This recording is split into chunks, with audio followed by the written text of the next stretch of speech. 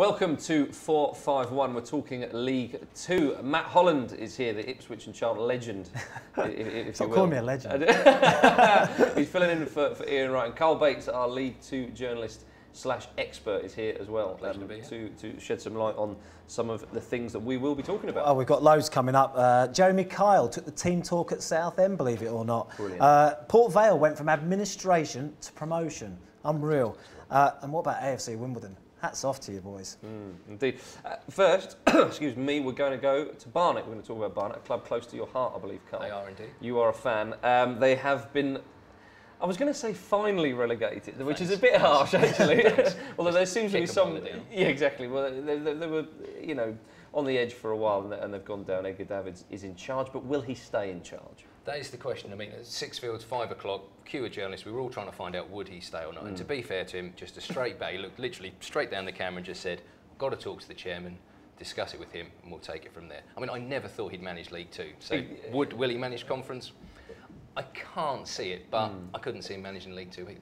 But if he did fancy it, you know, he could still play on in the Conference. Surely he's still got a bit of class about it. Definitely. I mean, he played the majority of games for Barnet. Occasionally, to be fair, it wasn't above him. If he thought he wasn't having a good game, he'd actually sub himself off. And the thing was, at League Two level, he's even getting a round of applause from a lot of home fans. If they were sort of Barnet were travelling, there'd be just a credit to see Edgar Davids in front of them, a Champions League winner, turning out of their League Two ground. I almost see it as a little bit of footballing karma in lots of ways, only because I'm a big friend of Mark Robson, and he was given the job at the start of the season. He was told by, I think, the club that he had a job for life, and then about a week later he was sacked. No, it was harsh on Mark. He was a really nice guy. It was his first chance at management at the top, well, at the sort of top level. And he wasn't given the same finances, the same sort of deals that Edgar was. Where, as I mentioned to you guys earlier on, when it was at Port Vale, first game of the season, we looked at the team sheet that Mark Robson was given, literally, from Paul Fairclough, and he had nothing to work with. He had no money, and then suddenly Edgar Davids comes in, the world's thrown at him, the whole team changes, and naturally, performances improve. David said something quite interesting where he felt that the players seemed to be affected by the relegation more than the fans. Yeah, I mean, I think, as we spoke about with Barnet, the fans, they've almost accepted relegation because they've been so close for so many times. They're looking to be at the top half in the conference, round the first 4 or 5 places. But once you go in the conference, there's some big sides that just can't get out of there. Well, I mean, the stats are, I mean, it's 8 years since a team came back at the first attempt, which tells you all you need to know about how difficult it is once you go down again. You know, in my view, I look at Barnet and you need more players like Graham Stack. You know, the goalkeeper, and he's shown commitment to the club. He signed a 3.5-year contract, I think, in January. He said that if we do go down, I've still got that desire to bring the club back into the Football League. You need a group like him, don't you? Definitely. I mean, he was the first man out of the changing rooms. He addressed every journalist he could find, and he would not leave them alone. He just talked for ages about the positivity around the club. I'm staying. Like you said, I'm at the club for 3 years. I want to get them back into the Football League, and I'm going to do everything I can to do that. And so do you think Davids will stay, and do you think they'll come back up? My heart says yes to both, but my head, I think they're going to be in the conference for a while, unfortunately. Well, it's a shame to finish on 51 points, high point tally. Very unlucky for Barnet, but wish them all the best down in the conference. Port Vale are up. At the start of the season, they were looking like administration and terrible things were going to happen to the club, but they are promoted. Surely, Karl, this is the success story of League Two this season. It has to be. I mean, I was there first game of the season at Port Vale, and the club was in an absolute shambles. There was fans outside the ground, keep our team going. They're not sure if they were going to be able to even finish the season. Mickey Adams after the game, I mean, Port Vale beat Barnet 3-0, but yeah, they still played very well. On the pitch, they didn't have a problem, but off the pitch, they had no idea where the next penny was coming from. Well, pre-season, they didn't have a kit to train in. No, it doesn't surprise me. They were really, really in a mess. There was fans outside literally collecting for the club, save our club. That's absolutely incredible, man. It is incredible. I mean, I was at Bournemouth in the days when perhaps administration was on the cards, and we did go into administration. Had to sell a few players, and it's very difficult. We were literally, the players were out on the streets with buckets trying to raise money to keep the club afloat, and I think it seems like it's been a similar sort of story for Port Vale. It's been an unbelievable job that Mickey Adams has done as well, isn't it? Yeah, and one of their big players has been Tom Pope this season. He scored, what, 33? He's certainly over 30 goals this season. He got 5 last season. 5 last season? How does that happen? How do you score 5 one season, 33 the next? Have you seen Tom Pope much? much this season? Yeah, he scored in that first game. But you keep mentioning it. No. It's there. It's just a headache. But no, I mean, he started off actually at Crewe Alexander, so he had a good grounding anyway. Tom Pope went to Port Vale, obviously his hometown club, born in Stoke. 6'3", big centre forward. He's really sort of had a couple of League One clubs really putting in big quotas for him, but Port Vale, because they're near the top of the league and it's his home club, could hold on to him. So if Port Vale can keep progressing with him, I think they'll hold on to him. They've got a decent enough fan base as well at Port Vale, haven't they? They've been getting good crowds towards the end of the season there. Yeah, and they've got a big ground as well. Even though they've got, like you said, they're getting good attendances there, it's still only half full. They've got plenty of room there. So, yeah, as the team progresses, hopefully their fan base will as well. Just need Robbie Williams to throw a few quid in. A couple of concerts, a few quid from Robbie Williams, and perhaps he can play.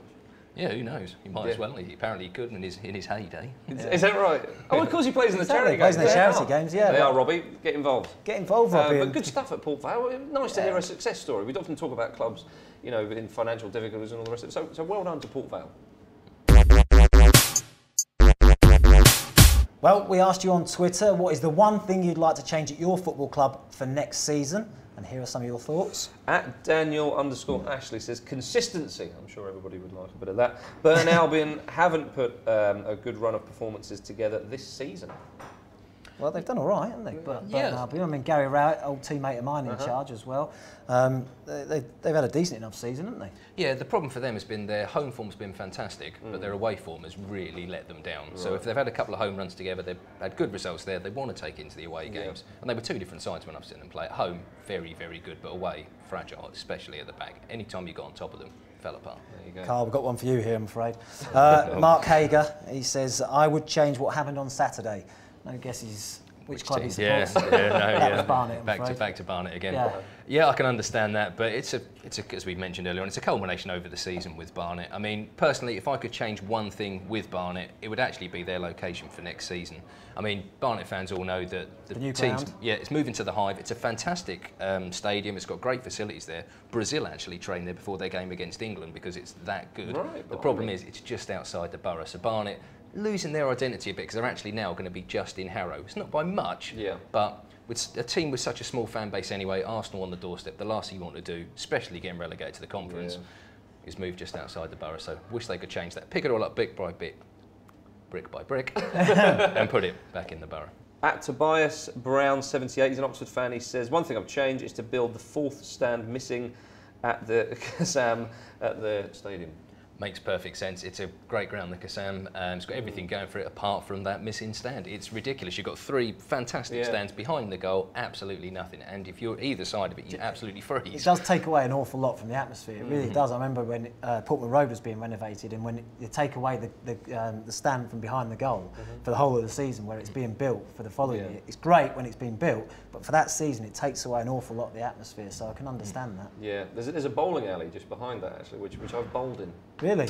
For some reason, a moment ago, I thought that was relevant. And it totally isn't. But we'd like to hear more from you, actually. Tweet us at @ball_street. I know this is a football show, but yes, we're going to talk Jeremy Kyle, believe it or not. Yes, because he gave the team talk at Southend at the weekend. How did Southend get on? They lost 1-0, so it didn't particularly help. But who would you like to see give a team talk and why? Carl, we'll let you go first. Thanks for that. Yeah, I suppose one of the funniest I think would be probably Sunderland have Di Canio in one corner, someone like Mr. T in the other, and just let them go for it and be the poor souls in the middle if they can survive, and actually watch paint come clean off the walls. I think would be interesting. Marcus? Yeah, well, I was thinking Brian Blessed. He'd be good. Because it couldn't be anything less than sheer brilliance. But I don't know, Jerry Springer maybe on that kind of. And now for my final talk. What about a Brian Blessed lookalike? Yeah, any Mike Bassett. It's got Mike Bassett. Mike Bassett. Yeah, that's true. That's true. Not a bad show. Yeah, I think Mike Bassett is the man for me. I think he should do it. It just reminded me actually because Mel Machin, he was the manager at Bournemouth when I was there. Okay, yeah. Not at Bournemouth we didn't have it, but when he was at Man City, I believe he had Eddie Large give the team talk. That's right. Eddie Large. Eddie Large, yeah. Carl, how did he fit? Were you saying that Ray Winston was in the dressing room at West Ham once? Apparently, yeah. No, so. I was thinking that's an idea. Did you say that? I think he's done it at the training ground. I think Ray Winston's been to the training ground at West Ham and spoken to the players, given an address to them. I think it was as they were trying to get into the Premier League last season when they were in the Championship. I think he went in and spoke to the players. But yeah, Eddie Large and Sid Little. Maybe he was in there somewhere, but they didn't see him. Yeah, exactly. He's behind us. And what about Phil Brown as well? Do you remember that one when he did the team talk on the pitch? Well, I was going to say he's got previous with a funny team talk, hasn't he? Yeah. Has he not learnt from that? Well, you think he would have done when Jimmy Bullard basically impersonated him afterwards and went on the pitch brilliant, after he scored a goal and did exactly That's the one same. of the best celebrations I've ever seen, I've got to say. What would be the reaction, Matt? Could you imagine you know, when you're a professional player, you know, a manager taking you out onto the pitch at half-time and doing that in front of the fans? Well, just be embarrassed. I'd Yeah. have been totally embarrassed. Would you have been really, really annoyed at the manager and just thought, sod you, mate? You know. Look, I think you've still got another 45 minutes still to play, so you want to do your job still. At the end of the game, you might have said something. Oh, okay, right, yeah. I mean, you just felt totally Because embarrassed. would any of the team talk actually sink in, or would you just be sitting there going, look, just leave me alone, just leave me alone? It'd just be embarrassment. You'd just be looking at the ground, not even taking in what he said. What about getting someone in like Jeremy Kyle to do the team? So would you not just sit there and go, come on? Well, I suppose it's a bit of fun end of the season, not a lot to play for Southend, maybe. I remember doing the team talk once actually. Did you? Yeah. How did it go? Charlton. Well, we were 1-0 down at home to Portsmouth and we won 2-1. There you go. So maybe I should be Don't like manager. to mention. Yeah, no, I don't like to mention it.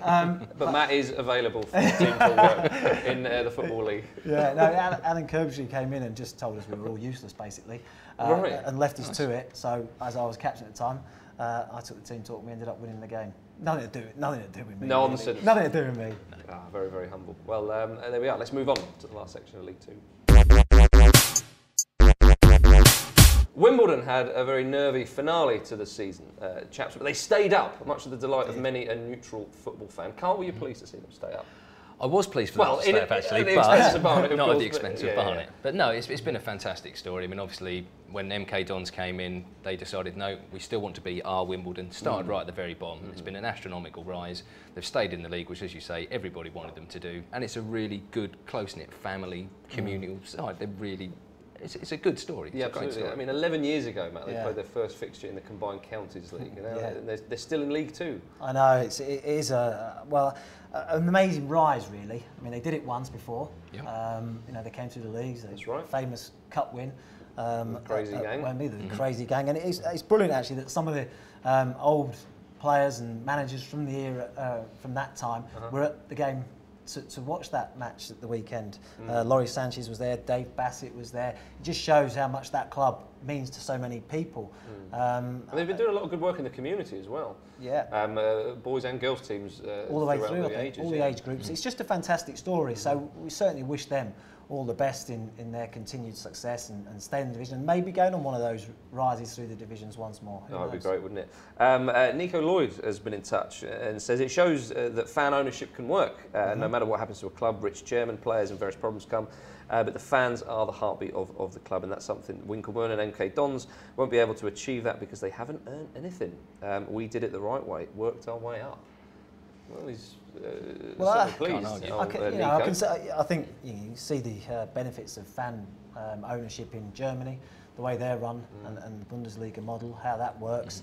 And if you ask Portsmouth fans now, how delighted they are to have the fan ownership as well, because at the end of the season, okay, they're relegated, they're in League Two, but they're alive and they're still playing football, which is fantastic as well. So as I say, fan ownership, it's worked. There is a model that works, and hopefully it's a long-term success for Wimbledon. Yeah, well, good luck to Wimbledon indeed. Karl, thank you so much for coming in, and of course, Matt, it's been an absolute pleasure. Thank you, it's been a pleasure.